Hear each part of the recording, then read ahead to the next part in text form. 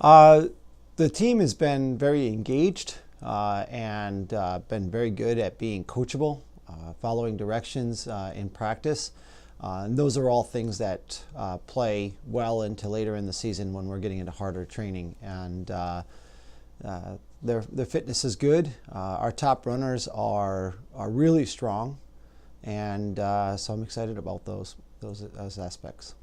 Well, the benefit is that hill running of any kind benefits the athletes, improves their economy, it improves their power, and you don't have to do a lot of speed. You don't have to run very fast to get a lot of fitness gains out of it, and it actually protects them from injury because they're not having to run as fast on the flat. The other advantage is that over time, because they get stronger, hill running becomes easier. And when we go down to the conference championship at Cal, the hill course is very hilly with some really steep grades. And that's going to play well to us. The other part is that we do have a flat course where we can run fast and they can get into a rhythm, and that matches Lock Haven's course, which is also flat. So they'll be prepared for both the conference and the regional championships. They'll be equally prepared for climbing hills in a difficult situation and maintaining a high cadence, high rhythm, high rate of rhythm on the flat course. That's an interesting thing. We're cross-country coaches, track and field coaches, along with swimming coaches, are generally the only coaches that coach men and women. There's separate team sports, usually have their own head coach. And that's a very different dynamic.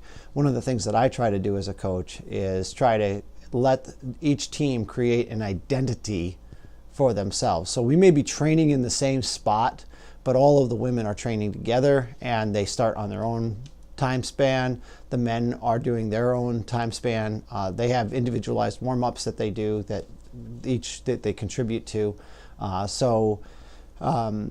But they're very supportive at the same time, and they're around each other at all the time. So those are kind of interesting dynamics.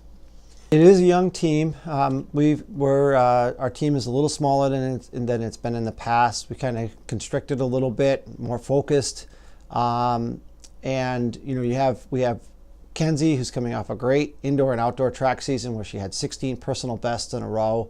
She had a good summer of training. She's very fit. She's already way ahead of where she's at, and the goal is really clear for her. We're going to make it to the NCAA championships.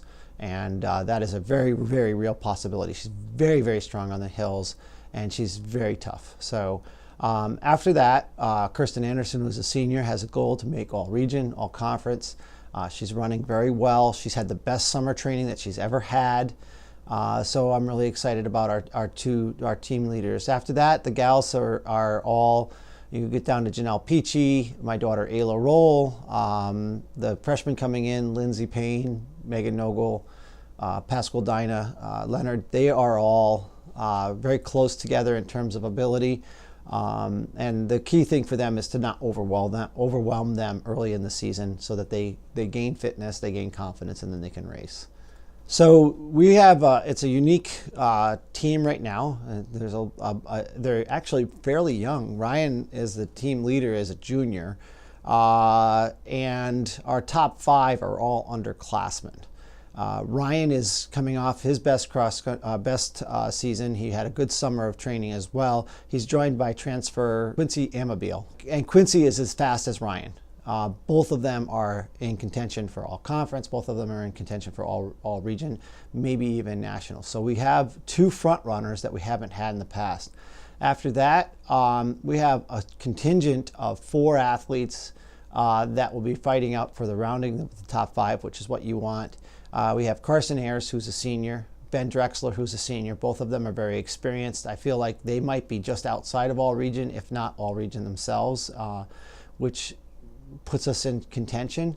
And then I have 2 sophomores that have been extraordinarily disciplined over the summer, Travis Keefe and Jordan Holmes, who were the most improved athletes I had last year in track and field. They ran in excess of 70 miles a week all summer long. So they're very strong. And then after that, we have Dylan Rhodes, who has some talent, wasn't able to get the training in this summer that he needed to do, through no fault of his own. But we'll be bringing him along gradually to make sure that he doesn't get overwhelmed. And then the freshman Jordan Cash Raleigh, very strong-minded young man. Is going to need a year of development, but we'll be careful and bring him along. He might be a contributor towards the end of the season as well. The first thing I do is I don't overwhelm them in camp. It used to be the old school method: bring the kids in, run them 100 miles a week, see who lives. That doesn't do anybody any good. Doesn't do the kid any good. Doesn't do the coach any good, because then they're not there later on when you need them. So I'm careful the first time. The first 2 meets, it's September. I don't really care whether we win, lose in September. What matters is how they do in November. That's where you advance to nationals. So that's what the focus is. So we will actually do controlled race plans the first 2 races.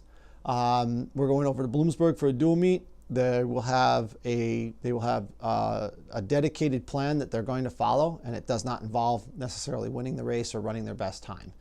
And then the second race, the same thing. So what this allows us to do is it allows them to relax in competition.